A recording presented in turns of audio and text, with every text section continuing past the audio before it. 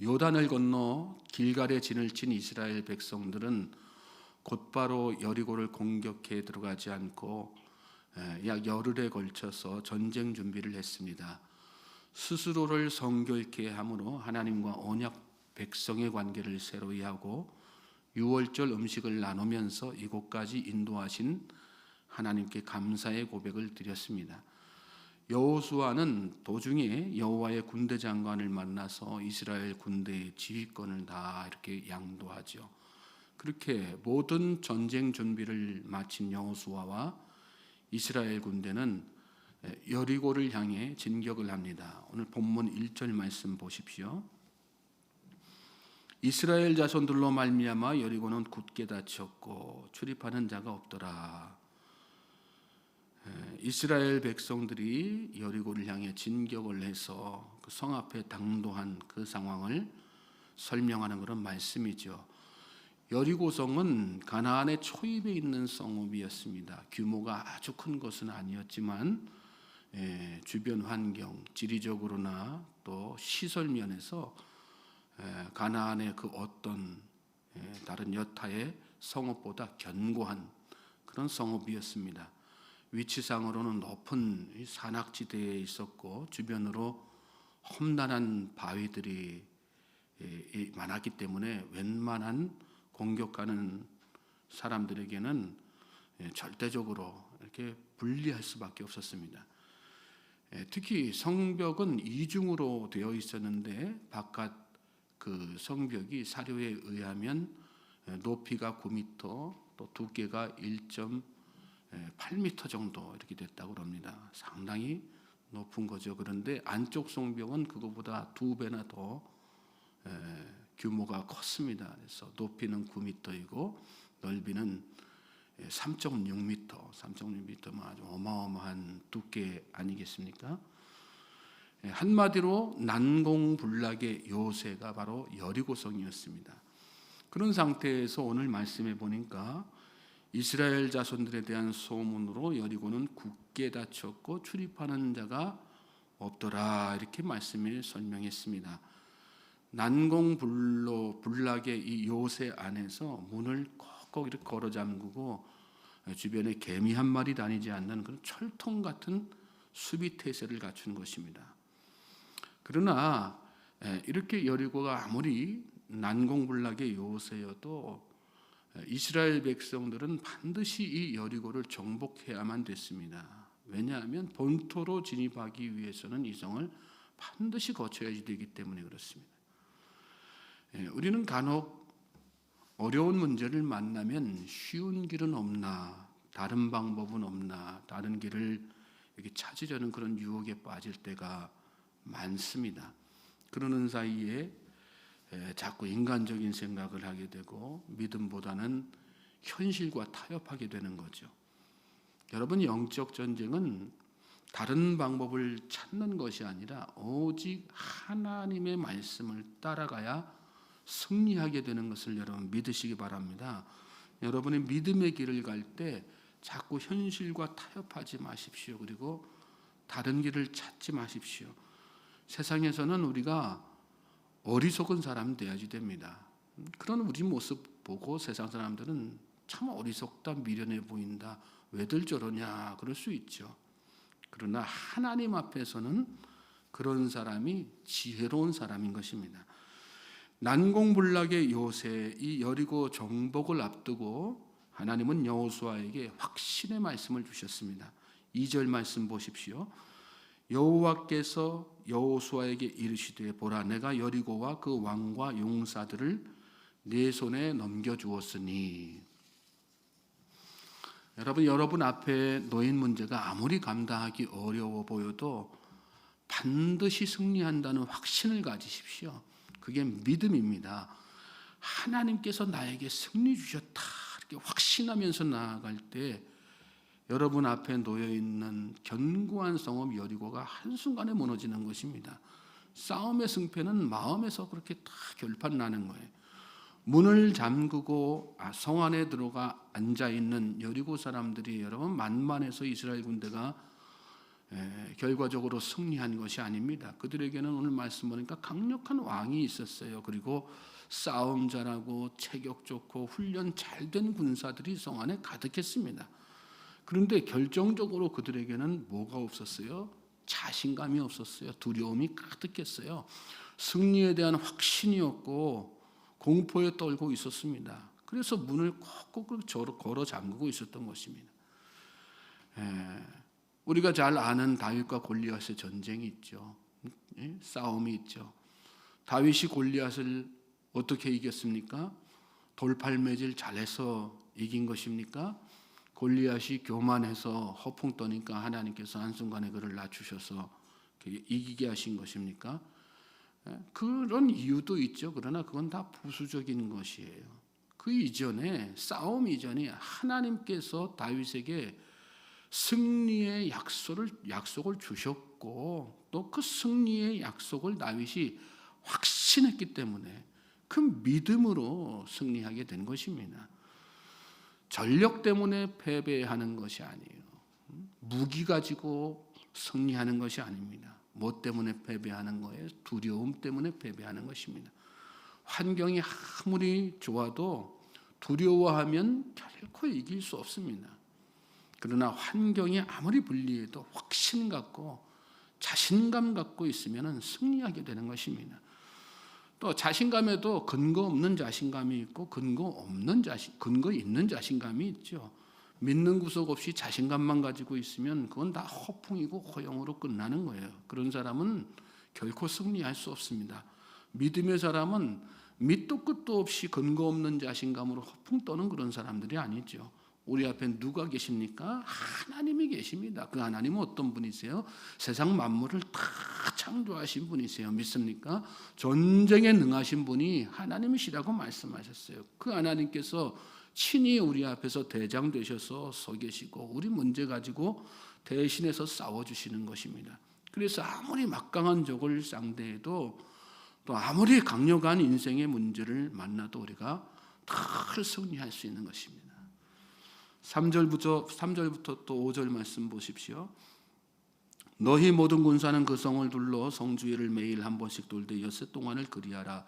제사장 7은 7 양각 나팔을 잡고 언약궤 앞에서 나아갈 것이요 7째 날에는 그 성을 7번 돌며 그 제사장들은 나팔을 불 것이며 제사장들이 양각 나팔을 길게 불어 그 나팔 소리가 너희에게 들릴 때에는 백성은 다 큰 소리로 외쳐 부를 것이라. 그리하면 그 성벽이 무너져 내리리니 백성은 각기 앞으로 올라갈지니라 하시매.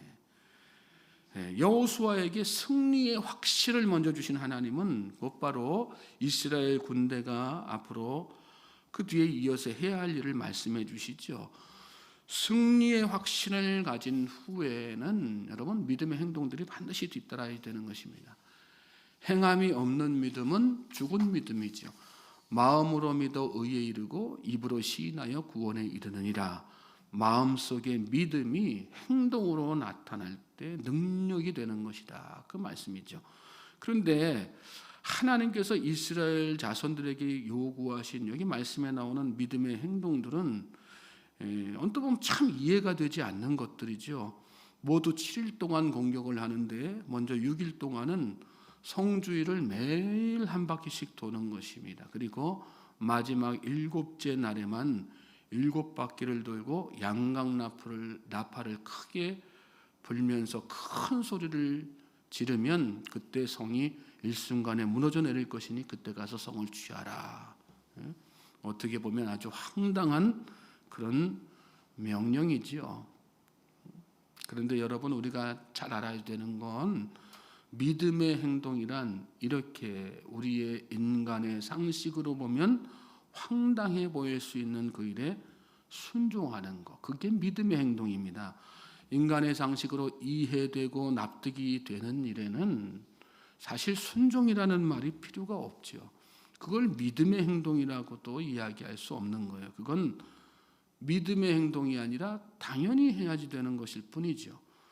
믿음의 행동은 내 상식으로 이해할 수 없지만 하나님의 명령이기 때문에 하나님께서 승리 주셨기 때문에 누가 조롱하든 비웃든 개의치 않고 하는 행동, 그것이 바로 믿음의 행동인 것입니다. 그 중에 하나가 뭘까요? 기도예요. 여러분이 하는 기도. 세상 사람들은 이해할 수 없는 거잖아요. 여러분은 인생의 문제를 만나면 먼저 기도하시지 않습니까? 기도에 매달리고 하나님 앞에 해결해 달라고 그러잖아요. 그런데 그 모습이 세상 사람들에게는 이해가 되고 납득이 되는 모습이에요. 황당한 일이죠. 금전적인 문제 생기면 당장 먼저 은행 가서 아니면 주변 사람들 찾아다니면서 그 문제 해결해야지, 왜 저기 가서 기도 먼저 하고 있어? 그 시간에 얼마나 황당해요. 납득 안 가는 일이잖아요. 근데 그 기도가 바로 세상 사람들 눈에는 황당해 보이지만 하나님 앞에서는 우리가 보여드려야 될 믿음의 행동 중에 최고라는 것을 여러분 잘 기억하시기 바랍니다. 그래서 앞으로도 무슨 일만 생기면 가장 먼저 뭐 해야 되는 거예요? 하나님 앞에 엎드려서 기도해야지 되는 거예요. 믿습니까? 날마다 성주일을 도는 동안 이스라엘 자손들 6바퀴 이렇게 도는 동안 아무것도 안 하고 침묵 가운데 조용히 성주일만 돌았어요. 그 시간에 뭐 했을까요? 적들 코앞에 두고 희희낙낙하고 농담 따먹게 하고 옆 사람하고 잡담하고 그러진 않았겠죠. 하나님 앞에 뭐 했을까요? 기도했겠죠. 하나님께서 우리에게 승리 주셨다고, 또 이 성 안에 왕과 용사들 다 넘겨주셨다고 말씀하셨으니 하나님 믿고 확신 가운데 돕니다. 이 성을 하나님의 방법대로 무너뜨려 주십시오. 그렇게 기도한 거죠.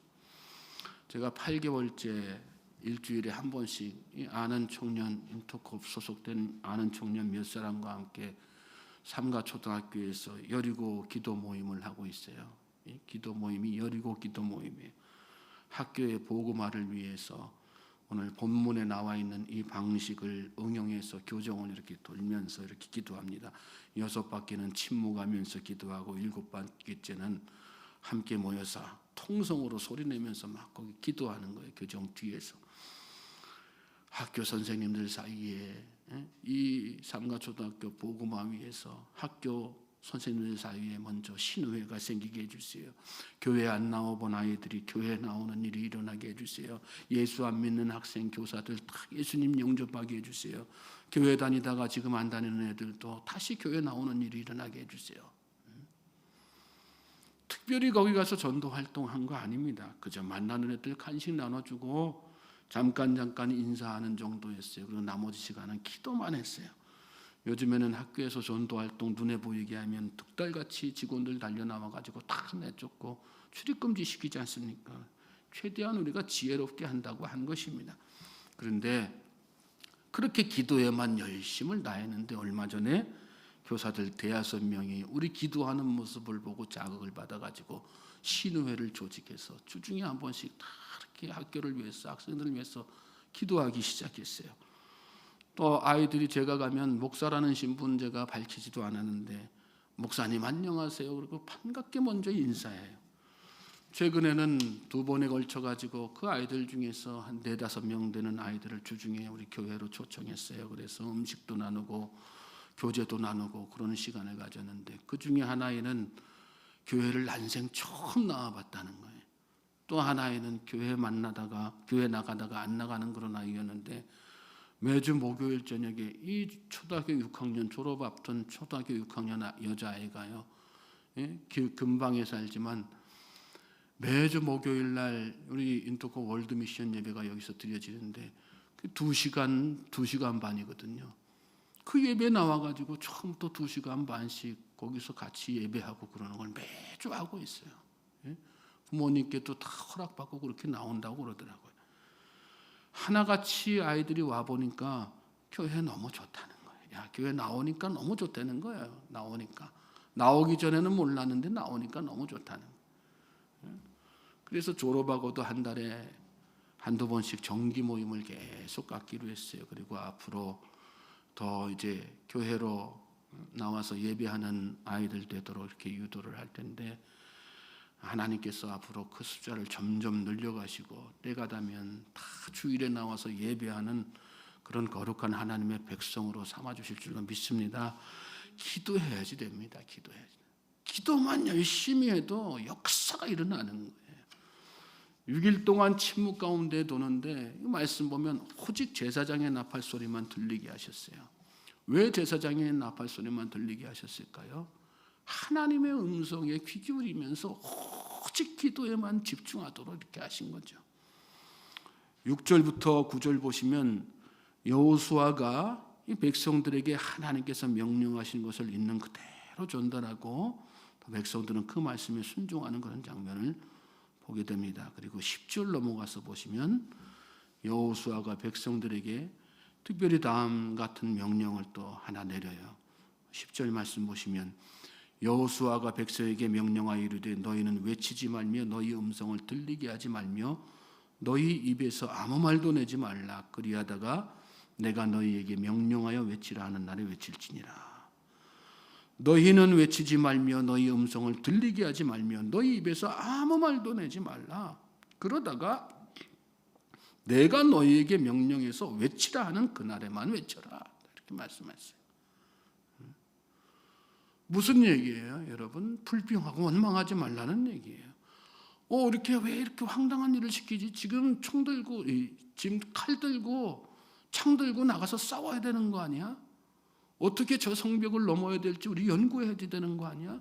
수군대지 말라는 거예요. 자기 생각들이 다 있겠죠. 근데 거기에 일체 터달지 말라는 거예요. 하나님께서 말씀하신 것에 그냥 자기 생각 거기다가 덧붙여가지고 이런저런 생각, 입으로 죄짓지 말고 생각으로 죄짓지 말고 말로 죄짓지 말고 뭐 하라는 거예요? 기도하라는, 그럴 시간에 기도하라는 거예요. 그리고 때를 기다리는 거예요. 하나님의 때를 기다리라는 거예요.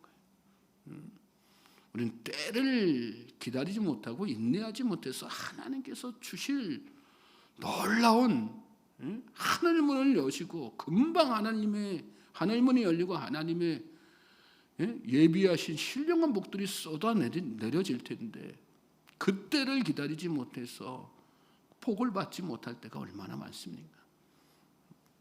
하나님의 때가 있습니다, 여러분. 우리는 다 때를 기다리는 사람이에요. 참고 인내하면서 하나님 앞에 묵묵히 입을 닫고 기도하면 하나님의 말씀의 때를 기다리면 하나님께서 일하실 때를 기다리면 하나님께서 역사를 일으키실 그 때를 기다리면 여러분 때가 되면 하나님은 반드시 역사를 일으키시는 거예요. 믿습니까? 그러므로 여러분 이 하루도 승리의 확신을 가지십시오. 어제나 오늘이나 변함이 없는데 변함이 없어도 승리의 확신을 가지십시오. 그리고 승리함으로 하나님께서 예비하신 놀라운 축복을 얻게 되시길 주님의 이름으로 소망하고 축복합니다. 기도하며 승리의 날을 기다리는 사람, 그 사람에게 하나님께서 승리 주시는 거예요. 예수님도 늘 승리의 그날을 기다리시면서 항상 기도에 힘쓰셨지 않습니까? 그 예수님이 지금 저와 여러분 안에 들어와 계세요. 그리고 우리를 위해서 지금 중보하고 계십니다. 예수님은 어떤 사람과 함께 하시는 분이세요? 기도의 사람과 함께 하시는 분이세요. 이 한날 그 믿음으로 더욱더 기도에 힘쓰는 말씀에 귀 기울이면서 하나님의 때를 기다리는 동안은 승리의 날이, 기다리는 그날이 바로 승리의 날이에요. 이 하루가 되기를 다시 한번 주님의 이름으로 소망하고 축복합니다.